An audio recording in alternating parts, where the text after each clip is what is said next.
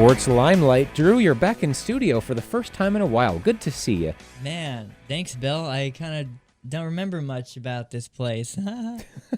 So much different, yet so much the same. Exactly. Let me, can I lead off with a sort of silly thing? I have here a picture of tonight's Suns game ticket. Okay. What stands out to you about this ticket? Well, let's see here. Looks like a pretty colorful one here. The Suns are playing the Sacramento Kings tonight, and in the black and white portion of it, there's a sign, big old sign, that says "Beat LA." The Suns marketers don't know their geography very well. Your Phoenix Suns. Gotta love that. And that, ladies and gentlemen, is how you breed a dumb fan base. I hate to say that because, Drew, I know you root for the Suns. You're a smart fan, not the kind of mark that usually just goes along with the Beat LA stuff, but Right. doesn't make sense to me. I doubt any other team has Beat Phoenix on their ticket. I doubt that as well. Well, NFL free agency news. Giants today losing O.C. Umenyiora and kind of your honorary favorite Giant, Chase Blackburn. Yeah, I was kind of surprised to see the Giants go without him. They signed Dan Connor for middle linebacker, and I guess the writing was kind of on the wall for Blackburn after that. But I don't think that's much of an upgrade. Connor was often injured, and Blackburn was the sort of guy who was more valuable to the Giants than he could be anywhere else. And just, a really good field general as a middle linebacker for that scheme, and one of the few people who knew what was going on in the Perry Fuel defense. Yeah, I mean, wasn't he a school teacher or something? He was. He went from mostly special teamer to cut and retired aspiring substitute teacher and to Super Bowl hero eventually in that same season. Yeah, man, crazy. So, shame to lose him. Now, what about Umenyiora? Is that a shame to lose? It's a shame because that kind of player, you'd want him to retire as a Giant after 10 seasons there and 2 Super Bowls. And a lot of great highlights along the way of, the strip sack he was so good at. But it was time to part ways, especially in this salary cap league. You just couldn't pay him what he wanted to be paid. And Reese, we trust, A lot of these aging, mid-30s players feel like they deserve a lot of money, but yet there's a lot of risk involved with that. So yeah. But Atlanta is kind of, that's their weak spot is their defense. So hopefully he provides a spark. He says he aspires to be Defensive Player of the Year next year, so we'll see what happens. Wow, nice. Now, Drew, next topic. Let me play you a clip from The Simpsons. And to set this up, this was 2 weeks ago, this episode. I'm doing the yeoman's work of still watching this show. It's a mostly joyless task, sadly. The show is kind of long past its usefulness. Wait, The Simpsons are still on? Yeah, exactly. I don't think I've watched an episode since mid-90s.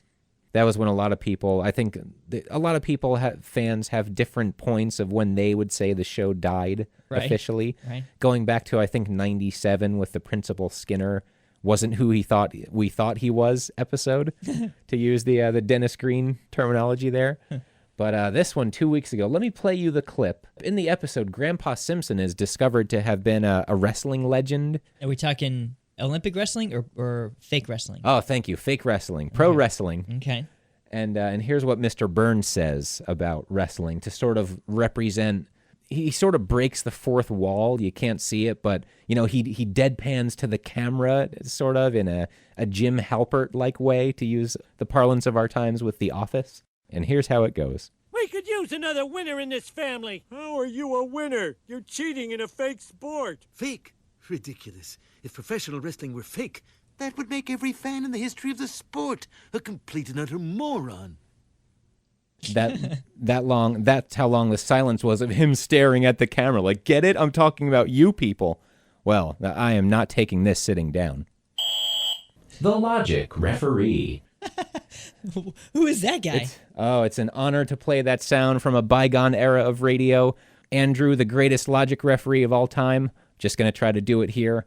This is an uphill battle I fight as well, much like the uphill battle of watching The Simpsons still. And the reason I do that, by the way, is I want to be able to say I hung on till the very end, just because you're so invested and, I can't quit now. hopefully almost going to end someday, maybe after 20 more years. But, Right. Okay, so anyway, back to logic refereeing. It's an uphill battle to try to convince people why I like to watch wrestling. And the short of it is, number one, it's entertaining. Right. I like the acrobatics. The acting is serviceable most of the time. It's Sure. not going to win any Emmys, but it's okay. And the humor. And wrestling is the only fiction where someone will come in, like you're watching Die Hard. No one's going to come into the room and go, you know that's fake, right? Yet in wrestling, the go-to kind of troll hack joke of the non-wrestling fan is to imply that the wrestling fan thinks wrestling is real.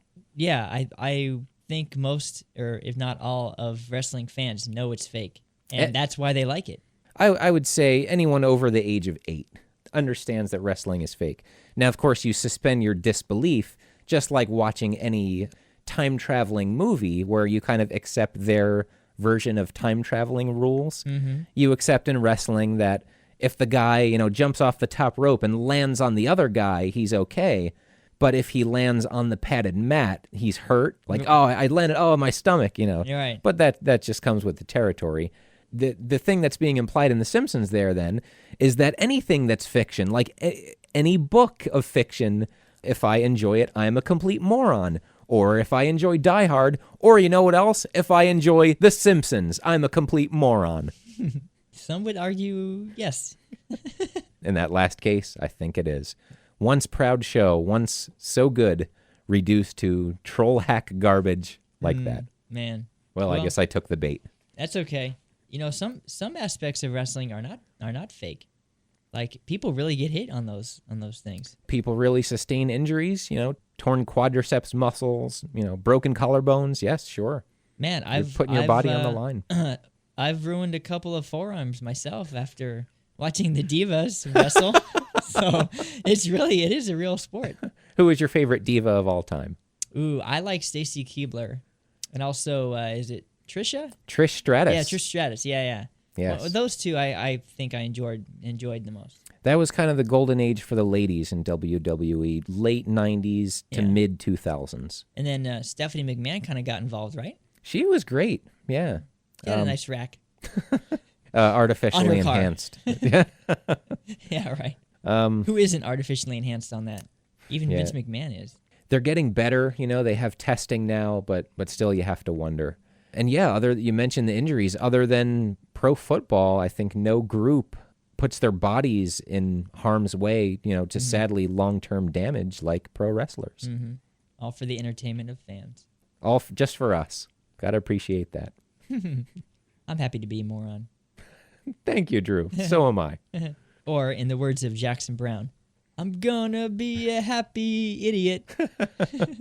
Now I'll put you on the spot. If you're not working next Sunday night, WrestleMania, Chris and I will be watching at my house. You are invited if you'd like to WrestleMania, huh? to enjoy. Yes. What is that, like 25 years now of that stuff? I think they're at 28 or 29. Ooh, nice. I was just watching just some random clips of the Monday Night Raw. That's on 20 years now, right? Yeah. The only thing I remember from that episode was Mick Foley came out. And he was being, standing ovation, and like these 3 dudes came down and interrupted him, and we're gonna beat him up. Oh, the Shield. Yeah, the Shield. Yeah. They were gonna do something with him, but then all these other guys started to come in and help Mick Foley. It was pretty funny. Yeah. Sports Limelight episode 77. Drew, thanks again for venturing back into the studio. This has been real, been fun. Hopefully we last as long as The Simpsons. And you don't sound, as Chris remarked last week, you don't sound like you're on another planet anymore. Oh, thanks, man. Thanks, Chris. We'll talk to you next time.